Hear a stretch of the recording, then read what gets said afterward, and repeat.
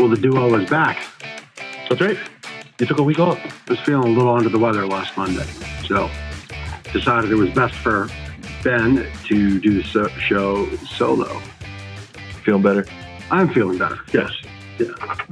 Sinus congestion is a bugger, man. Yeah, my head felt like it was doing this That's not good.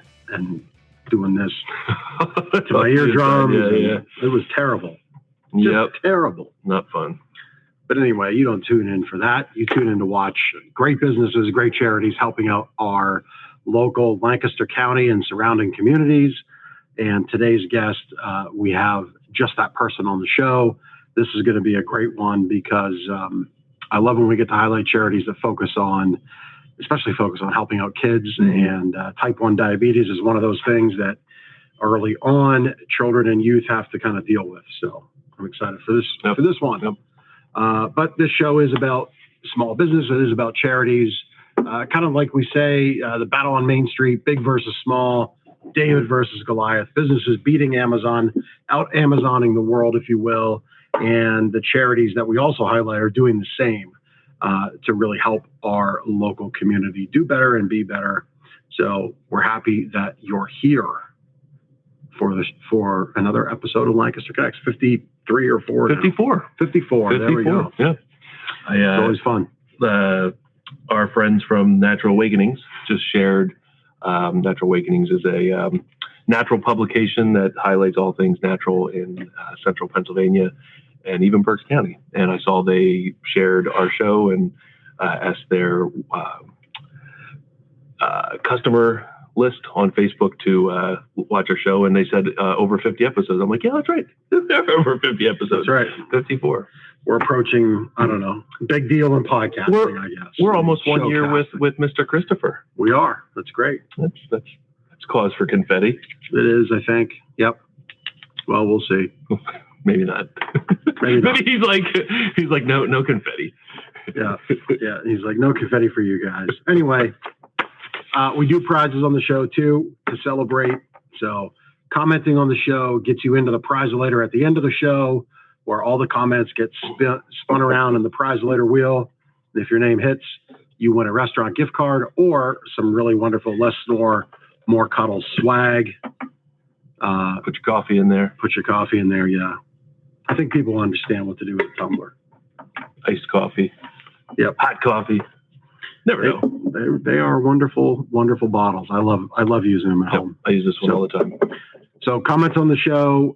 That's how you get in. We also love that you love the show. So instead of hitting the like button, move that cursor over or swipe your finger over one spot to that love reaction. That just helps us out with the algorithm on the show. So and getting it pushed out on the various social channels that we broadcast to, which are Facebook. Well, I was going to throw that to you, but okay. I figured I'd steal it.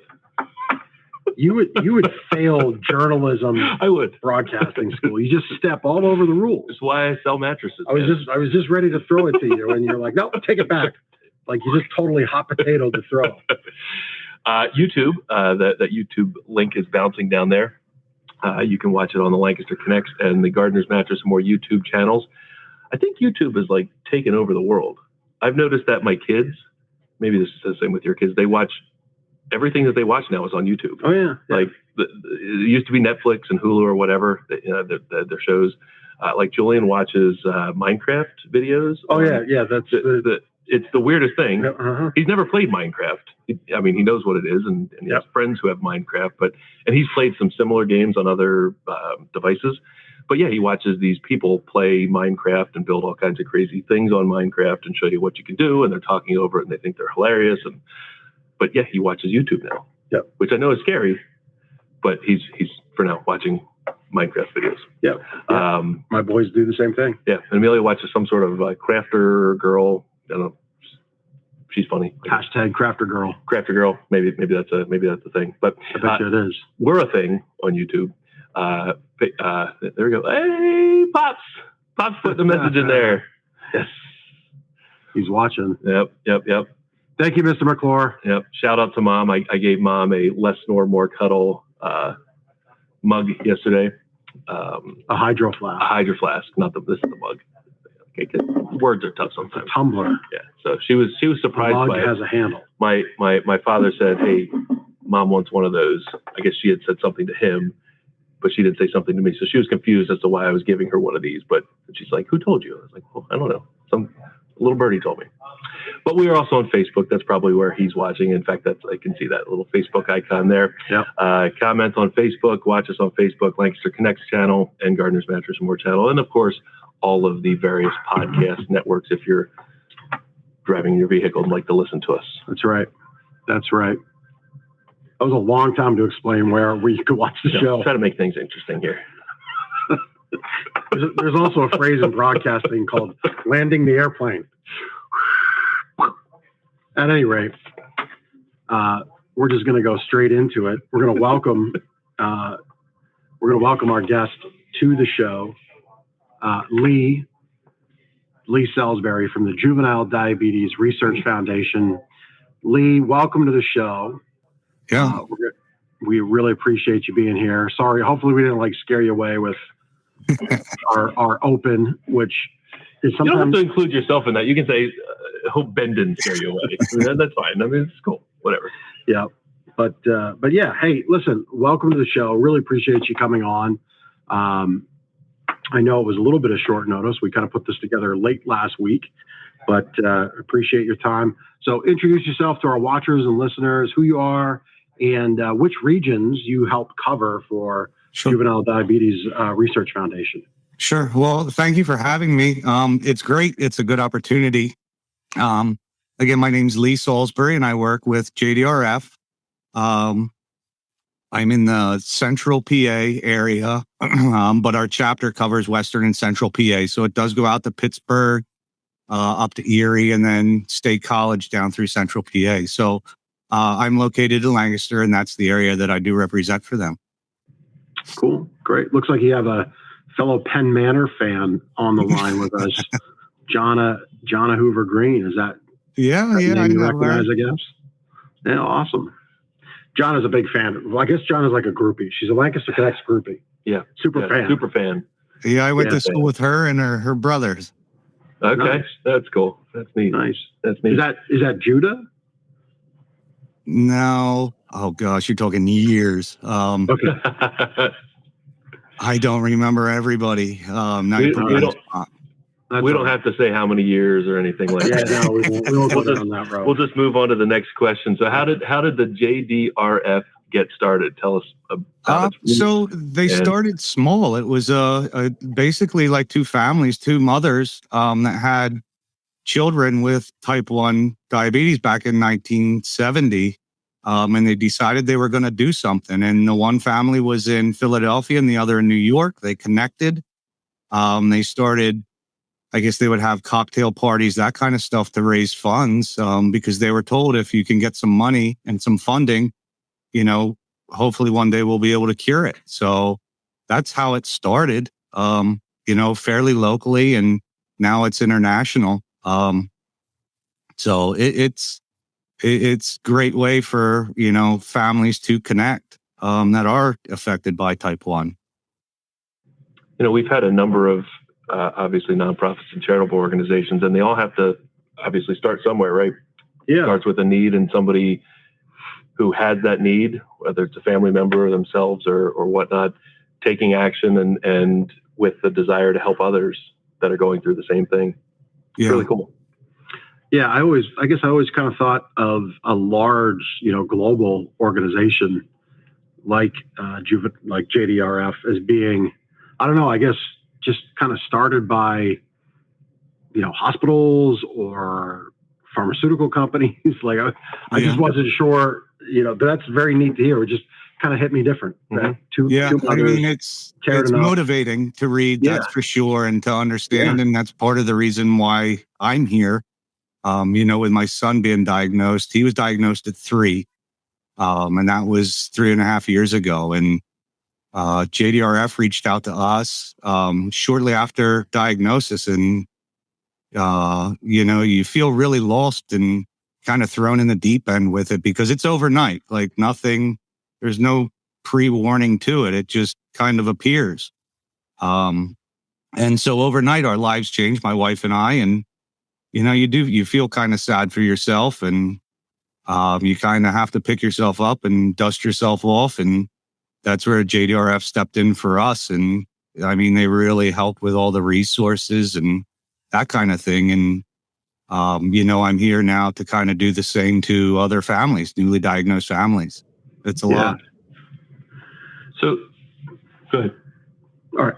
So walk us through, we're going a little bit off script here, but so walk us through, your son was diagnosed with type 1 diabetes. Walk our listeners through who may not know exactly what that is. You kind of said it was overnight. Yeah. Walk us through that.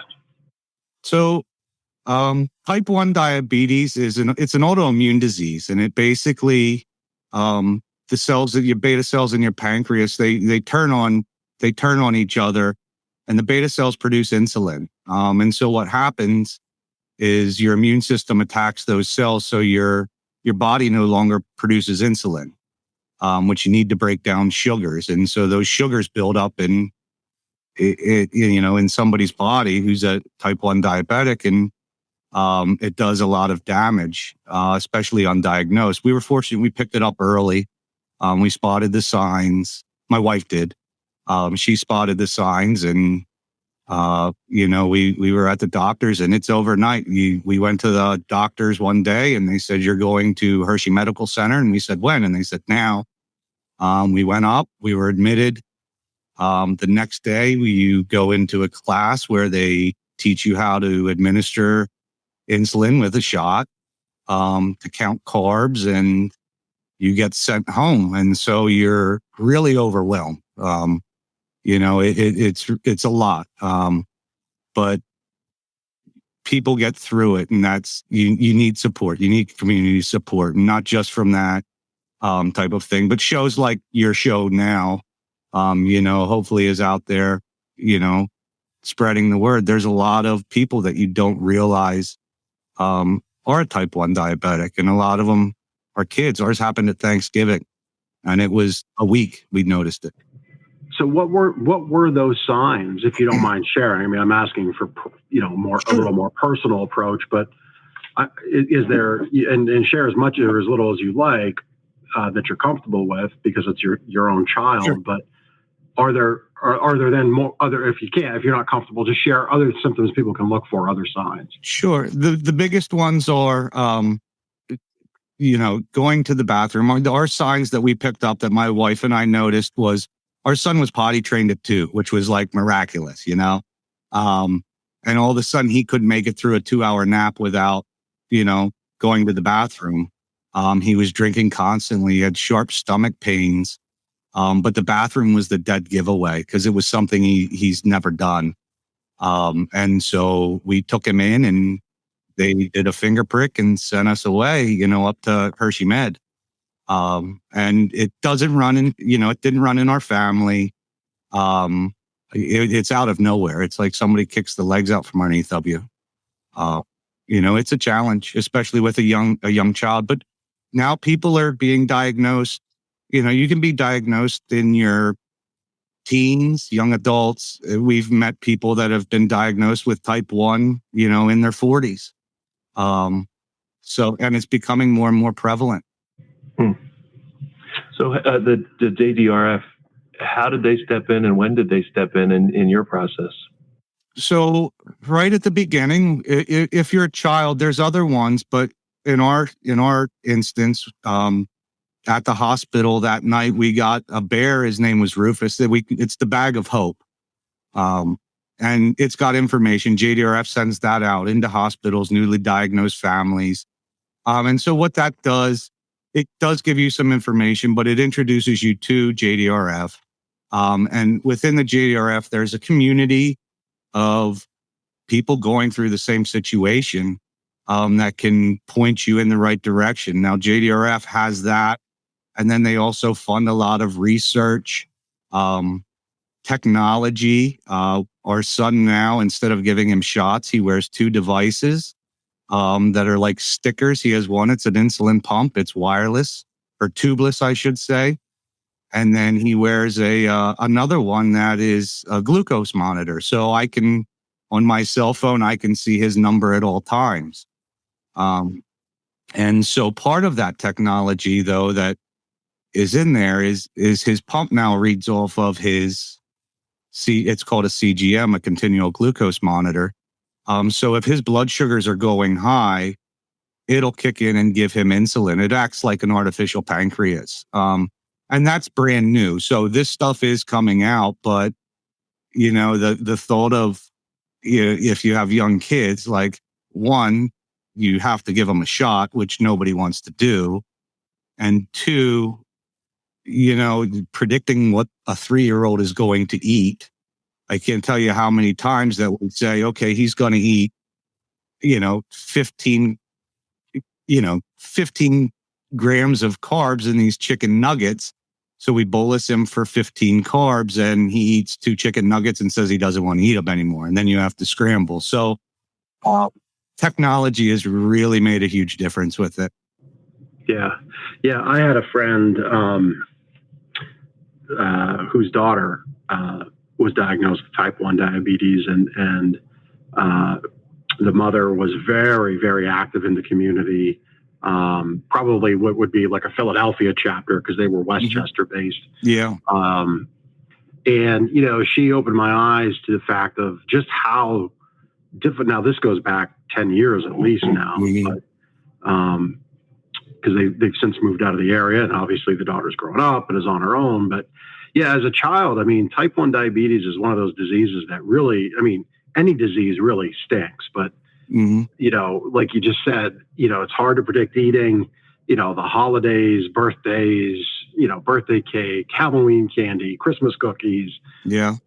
All of that presents something to manage, right? So let's kind of dig in. You said there's the bag of hope, there's the teddy bear, and then there's the community. So like, what kind of community has JDRF made and create and foster? So the type 1 community is a very, very passionate community. Like you said, the mother of the child that you knew, she was very involved. You see that with the type 1 community in the JDRF. They connect you to Facebook groups. We do at JDRF, we do summits, we do all kinds of different community outreach programs. And then we do a lot of fundraising too, with like galas and that kind of thing. We have national partners, we have local partners. And then we do some big events. The one big event that we have coming up in the fall is the walk. And that's solely about the kids. The kids families create walk teams, or organizations will create walk teams, and the kids go out. This year it's in Harrisburg. It's at Adams Rickey Park in October, and we'll have probably between 500 to 1,000 people walk. Right now we have close to 40 teams registered. And those teams can be anywhere from 70 people to one person that walk. But that day is all about the kids. And when you go to those events, you see why you do it. Yeah, yeah. Yeah, I know my wife has MS, so we do the annual MS walk. And we have done that for 21 years now. I remember the first time we definitely had that feeling of hopelessness, because the closest one was about an hour away from where we live. And even going back 20 years, MS was a disease that was still kind of somewhat new. You talked about shots. We did a shot where the syringe was, 2 to 2.25 inches, because it was a deep muscle tissue shot. So it's really great that you have that community. So for people that, are dealing with diabetes, but is it possible that people are dealing with diabetes but haven't checked in or gotten connected with JDRF? Yeah, we see it more and more. We try to connect immediately with the families. And we talked about the bag of hope. There's also, you have teenagers and young adults getting diagnosed as well. We have a teen kit and an adult kit. that goes out. You can order. You can go right online if you haven't gotten it with JDRF.org. You can order that, and from there you'll get some information. You can sign up for local events. A lot of stuff with COVID was virtual, but we do have a lot of virtual events too, like T1D talks, which they'll bring in guest speakers, doctors, people that are living with it, and families like mine to talk to other families. And then they create groups that are newly diagnosed. And you see them, and a mother gets on, and, I can remember there was a mother who immediately, when they asked how long your family was diagnosed, and she said, the prior day. So it was one day in for her. And you just, it's the community involvement is the biggest part of it. That's what means the most, I think, to support that kind of thing. And I don't mean to be redundant with it, but it's been really important to my family. Yeah. Yeah, you think of Facebook as, there's some things that go on Facebook that aren't so good. Sure. But, when you talk about creating a community, it's really easy to create a community wrapped around this sort of diagnosis and foundation, to provide help and to be able to immediately connect with people that are, just like yourself, going through the same thing.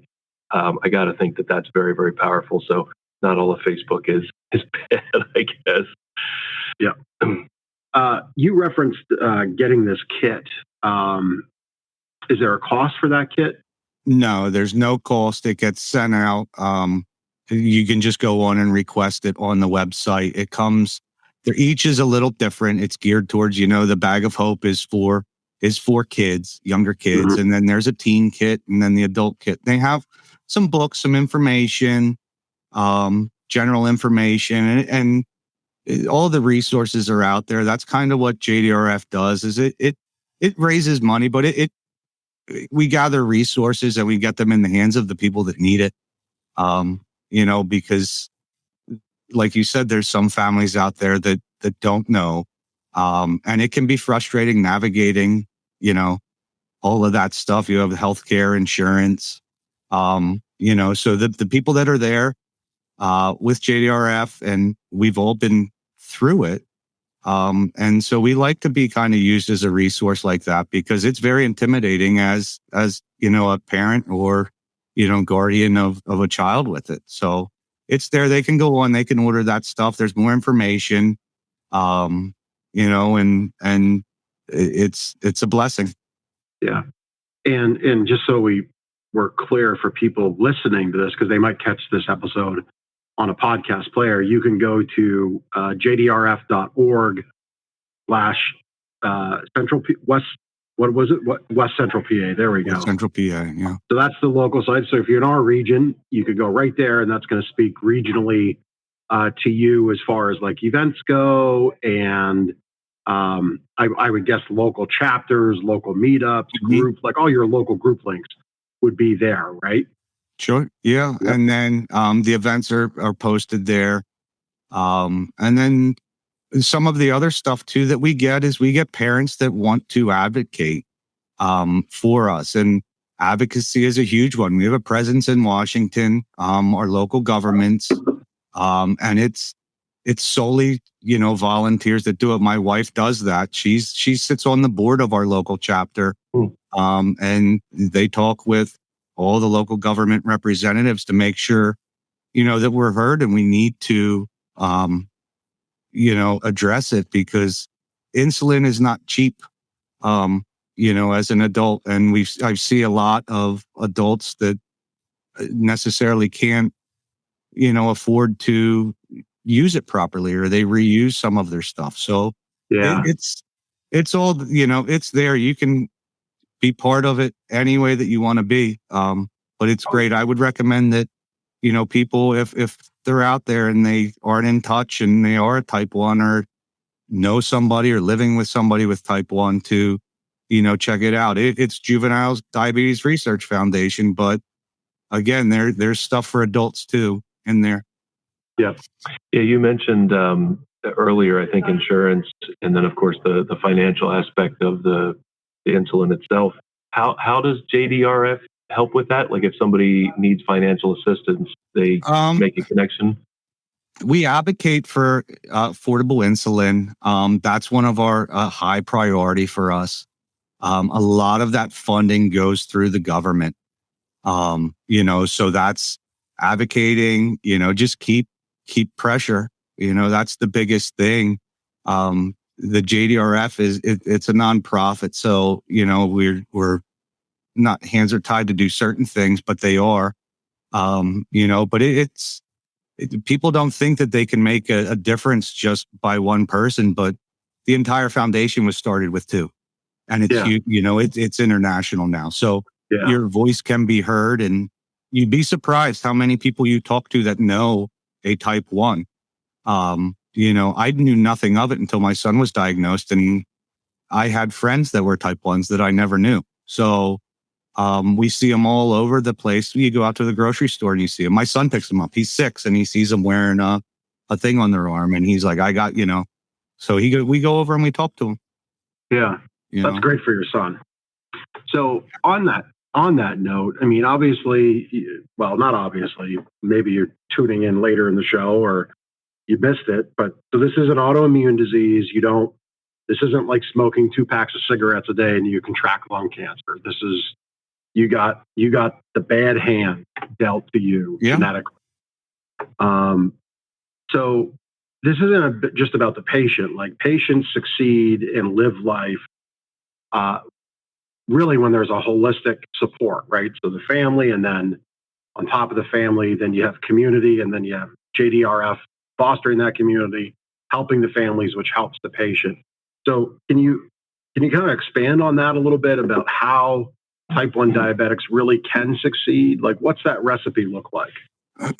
Sure. I mean, I'll speak from my personal experience because each one is different. When my son was diagnosed, as a father, you want your kids to have every chance that everybody else has. You don't want them to step back. And at the point that it happened, it was a blow to the family. We took it really hard.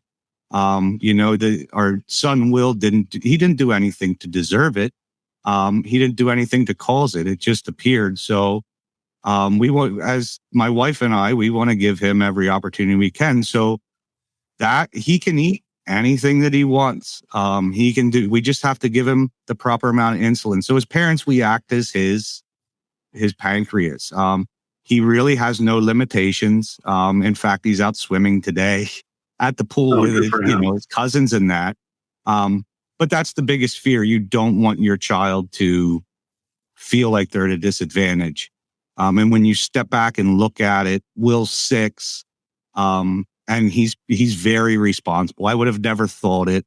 He doesn't go off and sneak to eat stuff. He'll just come out and say, "Can I have this Reese's peanut butter cup?" And we look at his number and you go for it, buddy. Like, just let us know what you're eating and we'll get you the proper insulin for it. And then as he gets older, he'll be able to do it himself. And then diet's a big one. Like you or I, it's all based on carbs. So we could, as an adult or, even a teen, you could eat chicken, broccoli, any way you want, and not eat that many carbs. As a kid, does eat broccoli, but it's chicken nuggets, mac and cheese, that kind of stuff. So, he really has no limitations. His body weight, he's a normal kid. He's 6. He's, 40, 50 pounds. When he goes to the summer program, the park program in the day, he runs all day. So we hardly give him any insulin because he is just so active. And then we have a little supply bag for him when his sugar numbers go low. That can be really scary and dangerous.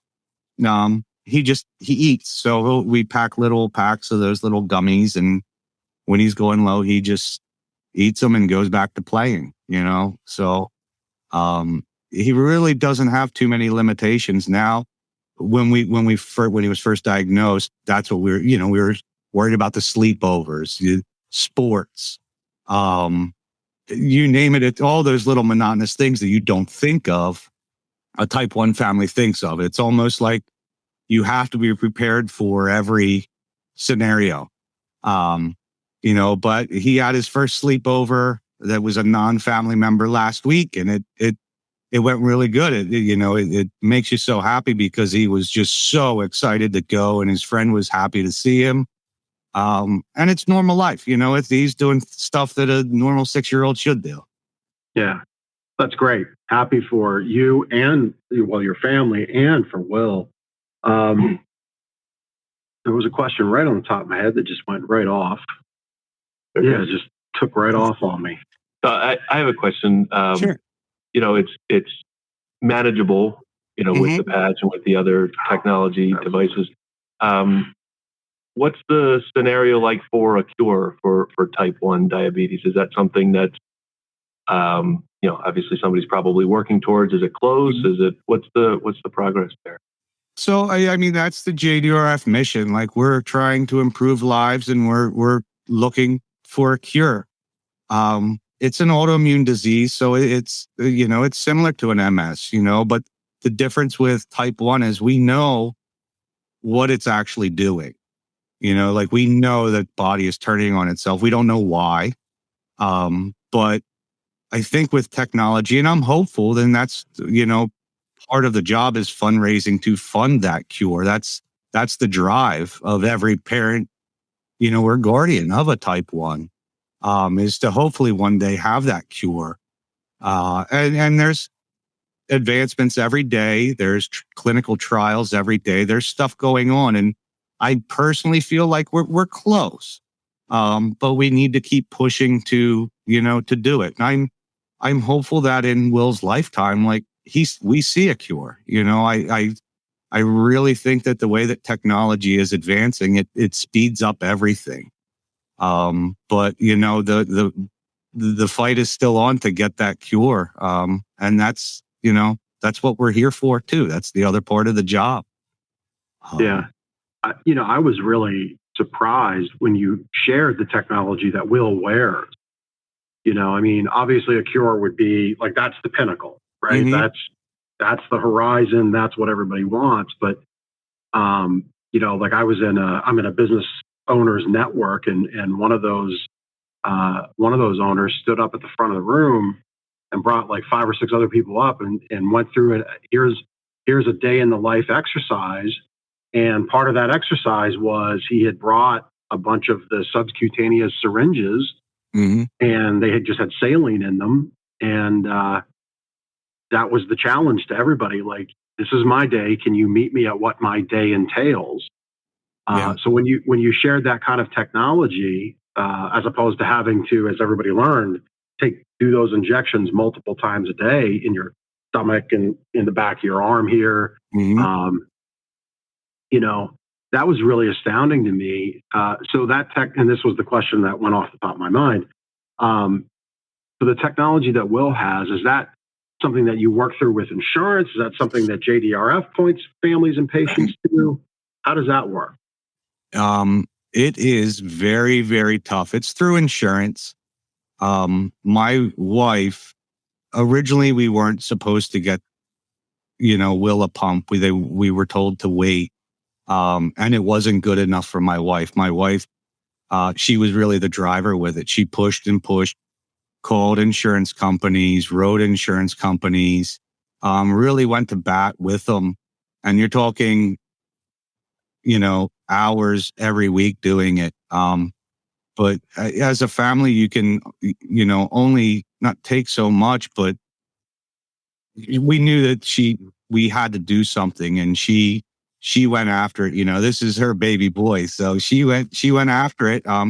She didn't sneak into classes, but basically you have to go into classes to be able to have these devices available for you. And she kind of didn't force herself in, but forced herself in. And then just kept the pressure on, and, we got it. And the pump that we have now, is very new for Will. I want to say it only probably came out maybe 2 months ago, and we've had it for 3 weeks. Oh, We wow. see a Okay. huge difference because overnight is the biggest one. Overnight, his numbers, a normal human being without type 1 would have our sugar numbers are right around 100. And when you eat, they go up and your body produces insulin and puts those numbers back to 100. Will's body can't manage that. So we have to do that. Overnight, his numbers would go up to 400 and above. And we would wake up every 2 hours for the past 3 years in the middle of the night to give him insulin to keep those numbers down. And from the start of using this pump now, the nights are the biggest change with it because we wake up and his numbers are right at 100. So when he's going high, it kicks in, gives him insulin, and as he's going low, it shuts off, no insulin. So it's been a drastic change. Now we've pushed for that, and certain insurance companies don't offer it, others do. But there's a process like his insulin pump. We had to go through 3 phases of it to get 2 other phases to get to this one. And where we really pushed was to get that second one. And now, we're on to the newest and greatest one. And it's been really good. Yeah. So, Well, I mean, if I understood you right, you and your wife were getting up every 2 hours. I mean, that's not, is that right? You were, every night. Yeah. And it's still habit. You still wake up, I mean, it's kind of that same feeling when you have a baby and the baby finally sleeps through the night the first night and you wake up kind of panic, like, we've right, on the baby. right. That's the feeling every night. Like, and with his monitors though, we have them set. So he has a range, and we've had this for the past couple of years that if his blood sugars would go high or low, alarms go off, and you wake up and you can always tell a type 1 diabetic's, nightstand because there's candy, there's juices. Because when they have those events where they go low, they wake up and have to eat. And it's a constant struggle to do that. But, we've done it, and every other family that goes through it is doing the same. If you see it's funny because Will can spot, like, if he sees a picture on Facebook of something, we'll have somebody share like what their nightstand looks like. He can tell it looks exactly like mine. Like they have the fruit snacks, little juice boxes, that kind of stuff. But yeah, I mean, it wears on you. It's the individual is not the only one getting diagnosed. It's the whole family. And our daughter is the same. She's 3 years older than Will. She just turned 10. You don't want her to worry about it. You don't want anybody to worry about it. You want them to be kids. And so it's definitely a challenge, but yeah, I mean, the whole family goes through it. Yeah. So how did you come to be involved with Juvenile Diabetes Research Foundation? So I knew about them when Will was diagnosed, and then earlier this year, COVID kind of stopped everything, worldwide. A lot of stuff stopped. So in Central PA, they needed to hire some people in Central PA for JDRF, and the opportunity came across, and I kind of talked about it with my wife. I didn't think I would be here 6 months ago. I knew who JDRF was, and the opportunity came up, and it was kind of a no-brainer. Like, I get to do what I'm passionate about every day as a job. I get to fight for my son, raise money for my son, but then I also get to raise money for all the other kids and people who are affected by this. And so it's a job with purpose, and it was a no-brainer for me. At my previous job, I loved my previous job, but I discussed it with the owner of that, and he was great. He had 3 boys, and he said, there's nothing I can do. I would do the same. So, here I am, and, I love it. Yeah. I mean, that's a moving story. Hearing how you fought for the device for your son to help him, but then also help the family, feel more comfortable and, you know, ultimately live a better life if you're getting Sure. better night's sleep for the family. And then you just mentioned, part of your responsibility now is helping raise funds. You mentioned the walk earlier. What are some other ways that you raise money, and how can our listeners help in those efforts? So there's many different ways. If you're talking fundraising, you can create walk teams, to come out. Businesses can do that.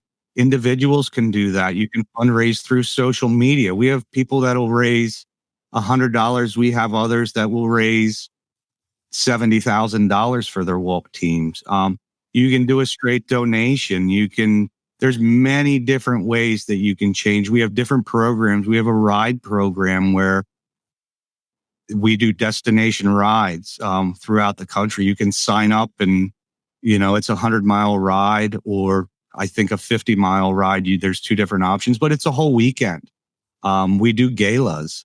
We do events that, people can pledge money at. There's so many different ways that you can help, and it doesn't have to be, $10,000-$20,000. Like $5 goes a long way. It adds up. But there's many different ways. And, we do have corporate sponsors. We are looking for corporate sponsors. There's all kinds of, ways to do that, to be involved with each different events. And you can go to our website, or, you can reach out to me and we can discuss, what you want to do, and go over some different options, of what you want to do. And you can see where the money goes. Like you can see exactly where the money is going, that, how it's being used. You can see the treatments, the plans, all of that, the trials, all these clinical trials that are being ran. It's all out there. You can see it. Wonderful. Well, you saw it on the screen as Lee was navigating it. You can go to jdrf.org/West Central PA. You can see all the events. You can connect with the walk. You can connect with the gala. I'm sure JDRF even has the thing where you can hyperlink on your Facebook page for your birthday, raising money for JDRF.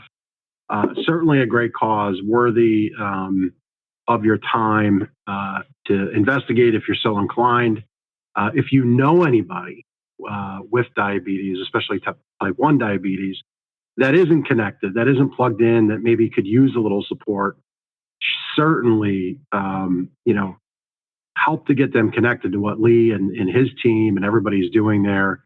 Because it's, as you heard, it's not a disease that's a good disease for a person to fight on their own. There's definitely community that can help, and there's resources that can be beneficial for the person that has type 1 diabetes. So we'd love if that happened. If you knew somebody that was struggling, we don't love that they are struggling, but we'd love that if this show was able to help make a connection, that would be great. That's what I think Lee would enjoy, and I know Ben and I would enjoy that tremendously. So, Lee, this has been a pleasure having you on the show. Yeah. All right. Got a little fun for you with our connection cocktail up next. Why don't you ask the first question? Sounds good. So you're a Lancaster guy. Yeah. Let's there's the graphic. Are you a Turkey Hill guy, a Sheets guy, a Rudders guy, or a Wawa guy? Your preference? Rudders, I think, has to be my favorite. They are very good to JDRF. Really? We Okay. appreciate That's it, awesome. but they have a chocolate milk, a peanut butter egg chocolate milk, that every time I go in there, drive by, I have to go in and get. It's awesome. Wait, what is peanut butter Peanut egg? butter cup. It's a peanut butter cup, chocolate milk. It tastes like a Reese's peanut butter cup. So you drink it. The writer downer. Yeah. All right, I'll ask the second question. Have you ever ridden in a horse and buggy? Not a big one. We've done the miniature ponies where they pull the carts with the kids, and those little horses, they fly. But we've done that. I've never done that. I think I could get written up on animal abuse charges if I made a little pony tow me around. So yeah. There's one that rides near our house. I live near the Lancaster airport, and there's a few Amish farms around there, and we've seen one, and the kids always comment, 'cause it's like such a little horse pulling a cart along. So when you bring people, friends, family from out of town into Lancaster, what part of Lancaster do you impart to them? Like, is there something special about Lancaster that you pass on to your friends and family? Yeah, I mean, Lancaster's so. Lancaster is a wonderful place to live. It depends on who the family is. Like, you can be in farmland 5 minutes, and you can be downtown. So it depends. We've done both. Like, we do a lot of stuff in the city, and we'll do some stuff, in the country as well. So I think Lancaster City and Lancaster as a whole, it all depends on which family is coming in and what they want to do. We have ones that want to go out for dinner and drinks. We have other ones that want to go kind of see some farmland and that kind of stuff, see the country. So, in other words, you can give them the city mouse, country mouse experience. Yeah. Yeah. Well, that's what's nice about where we live. Yeah. You got all of it there. Lee, this has been a pleasure. We appreciate you being on the show, all your efforts for JDRF, and seriously, all the best to you, your wife, and to Will. It seems like he's a little superhero in the making. With that skill to spot out others that are, equally enabled as he is, as I'll call it, with type 1 diabetes. But wish him nothing but the best. I hope he really can keep it in control and eventually one day meet that cure at the goal line. That'd be great to see. Great. Well, hey, I want to thank you for, having me on and giving me a chance to kind of share this with everybody. And, hopefully, even if it's one person out there that, it touches, it's worth it. It's all worth it. So thank you. That's what we feel. Yep. You're welcome. Thanks for joining us again. You can go to jdrf.org/West Central PA, and you'll connect with Lee and his team and everybody in the region. A lot of great resources there. Please do make use of it. We'd love to have that happen. All right. Lee, take care. Thank you. Yep. All right. Well, listen, if you want to be a guest on our show, you just go to lancasterconnects.com/guest. If you're connected to a charity, you run a charity, your business supports a charity that you think could use the time here on our show to be highlighted, we'd love to make that happen. As you can see, our wonderful producer, Chris at Cast Ahead, does a great job. Really what you get as a charity or a business that does good for our community, that's the other type of guest we'll have on, is a great business helping our community out. You'll get really a nice video to use for your own promotional efforts. Well, obviously, we can highlight your charity as well and all the good you do, but we'd love for you to be a part of the Lancaster Connects family, so to say, be on the episode guest list. So you go to lancasterconnects.com/guest. That starts it off, and we'll get you on the show. Yeah, good stuff. Yeah. I did forget one thing as I was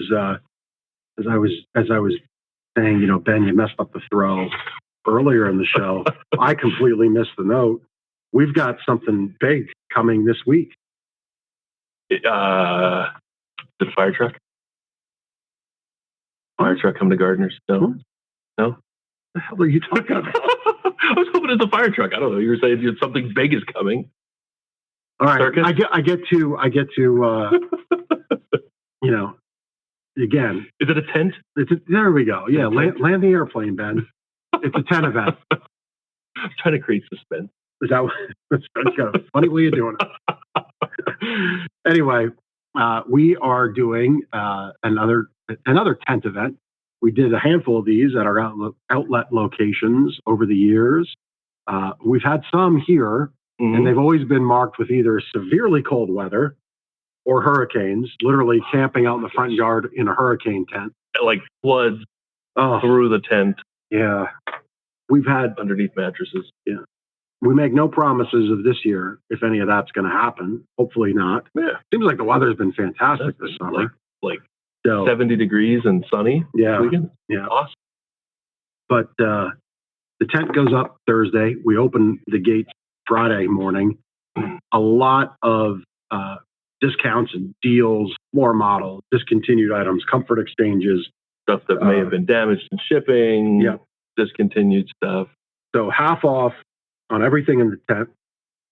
And, really the question that we have for you is which part of about a $50,000 savings are you going to get? And that's what's going on in the tent. And yes, Jonna, we do know how to throw a party. So come on out for the tent event. That starts Friday the 24th until all items are sold. And we'd love to see you come out. Yes, absolutely.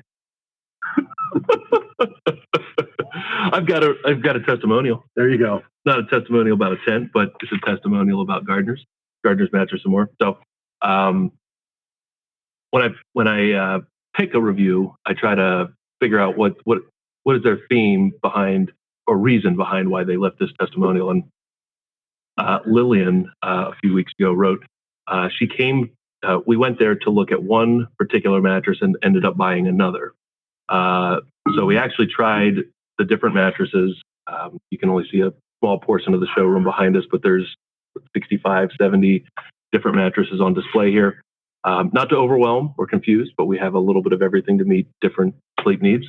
Of course, if it was easier, we'd have a smaller store and pay a lot less rent, right? Mm-hmm. But very lucky to have Drew as a sales representative. He detailed each mattress composition that we tried. She would advise anyone looking to buy a new mattress to lay down before making the purchase. So the point is, sometimes, a lot of times people do online research, they do this, and they get convinced potentially that, this mattress is right for me because of this, this, and this. Maybe somebody's review, a bunch of reviews, whatever the brand says about a particular mattress. Paid advertising. But until you actually try it, lay down and let your body determine what is the right fit for you. And of course, working with folks like ourselves to help guide and direct to the mattress that meets those sleep needs the best. You don't know if it's going to work. So Lillian came in with the thought to look at one particular mattress. I'm thinking probably Dream Cloud or Tempur-Pedic, two heavily marketed mattresses. They're good beds and they're right fits for a lot of people, but it wasn't the right fit ultimately for her. So she spent the time, she came in, didn't buy online, spent the right amount of time to make the right decision. And she's very, very happy with her new mattress. So thanks to Lillian and thanks for that review. We appreciate it. Yep. That's a good review. It's a good review.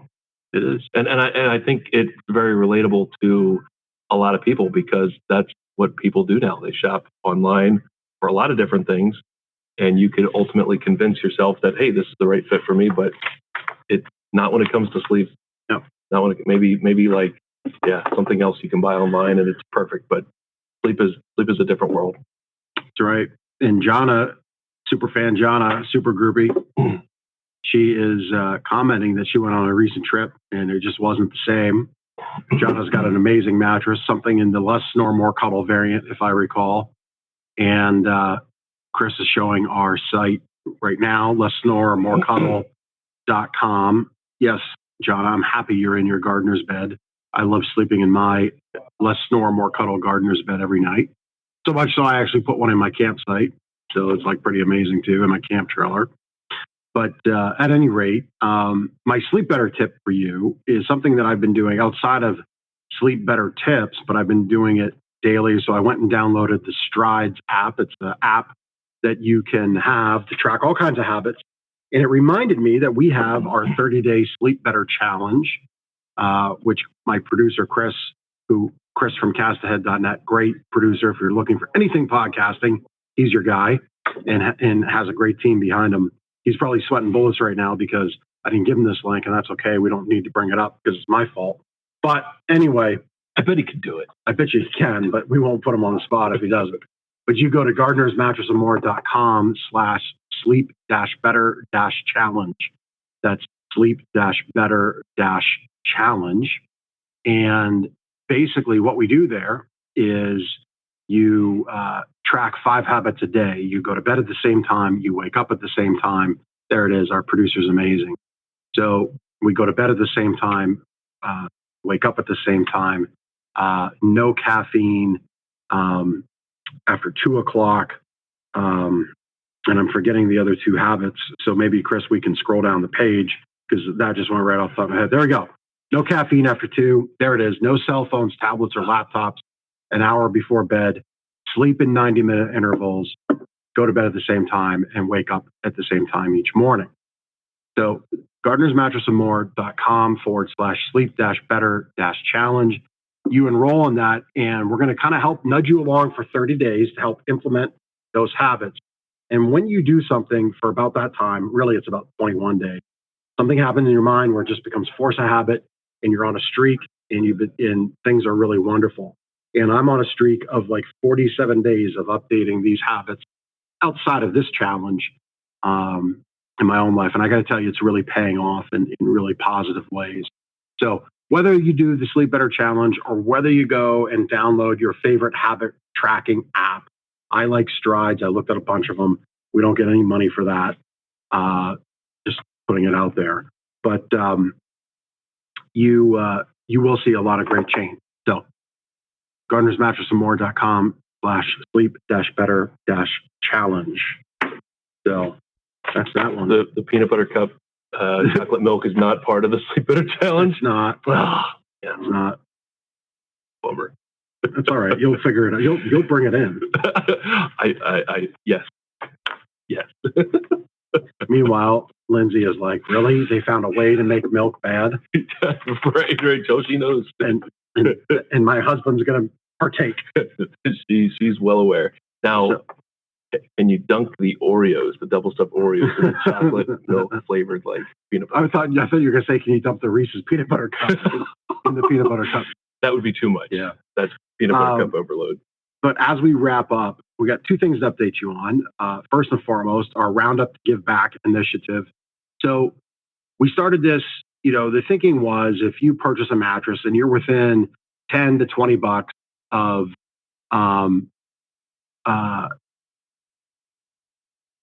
your purchase, like let's say you're $1,180, you're probably going to relay to your family and friends, I spent $1,200 on a mattress, right? So my thinking is, and I'm like the visionary, a million miles down the road before anybody else clues in to what I'm talking. What was that? Down the field, but okay. I realized it looked a little different than. Yeah, I know. Like somebody's screen grabs. Like, what the heck is Ben doing? Yeah, it's like a football pass. But there we go. There we go. Keep going. All right. Wow. See what I mean about having to go to broadcast school? For crying out loud. Anyway, so the thinking was you would relate your purchase to $1,200. So I thought, well, why not just make it $200? And that $15 or $20 we'll donate to charity. So Roundup to Give Back has evolved into whatever you're happy to donate, we obviously take. We would never turn anybody away. So we're not quite at a whole bunch of those 10, 20 or more donations, but we do have a bunch. So we're about $107. We can have Chris put that up on the screen.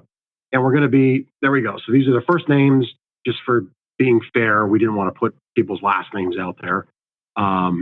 So we're up about $170 thus far. We're about 6 weeks into this. We're going to report out quarterly, and we're going to match that quarterly. And that money our customers donate goes to local food banks. And that we feel we can all get behind, especially right now with food prices the way they are. Food banks, certainly their mission gets constrained a little bit when prices go up. So the money our customers donate, we're going to match 100% and get that to the Hempfield Food Pantry and the E-Town Community Cupboard. All right. So that's our Roundup to Give Back donation. And then this Friday, if you have no plans or you have plans, you might want to reschedule those plans, because this Friday, the 24th, the Milagro Initiative is having their annual fireworks display on the Garber Pond Farm, I believe is it's called, Garber's Pond, and that's 706 Milton Grove Road in Mount Joy. This is a fantastic fireworks display. The Garber family puts this on. They're big benefactors of the Milagro Initiative. Apparently, one of the Garbers just loves to make things go boom, loves to see the explosions, loves to make it bigger, badder, better every year. And I went last year, and it was pretty darn incredible. The photo on the screen is accurate. I would say not Photoshop. Wow. Yeah, I mean, that's impressive. Then I mean, maybe altered to bring it to life, but like if you're sitting in that seat, you're seeing that kind of fireworks. It's incredible. That's cool. I mean, I would contend this show, as a private show connected to charity, is better than most community fireworks display. So it's this Friday, the 24th, from 6 to 10. Everybody is welcome. Just come, find a place to park in and around the area. You're going to have to walk. You're going to have to deal a little bit with traffic, but it's well worth it. It's a free event. There's food you can buy, ice cream, etc. If you feel compelled to donate, all that money goes to the Milagro Initiative, which helps families in Nicaragua with all kinds of things, from housing to schools. Really great mission that they've got there. All right. Cool. Yeah. So I think that's near the end of our show. Rise later. Oh yeah. Well, Chris has the question. Oh, I saw that. Back to Jana's question. What is the best way to try and get a good bed at a hotel? Are there better hotels for good mattresses, or is it all a crapshoot? That's actually a very good question. Yeah, I would think checking the reviews of the hotel would get you pretty close, because I mean, probably one of the things people complain about at a mattress or a hotel review is the sleep mattress they had. That's right. Yeah, I mean, obviously your better quality hotels are going to have better beds. It is largely a crapshoot. One thing, if you're great, I'll give you a little inside ball pro tip here. If you are greatly disappointed in your mattress, pull up the sheets, look at the law tag.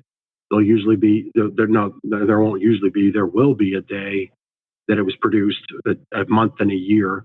If it's more than 7 years old, the hotel industry as a whole has what's called a hard remodel cycle, where the furniture and the mattresses get changed out.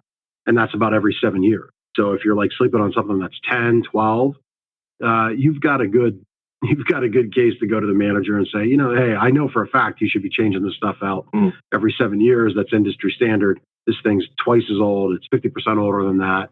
And you might get a little refund if you feel so compelled to go that far.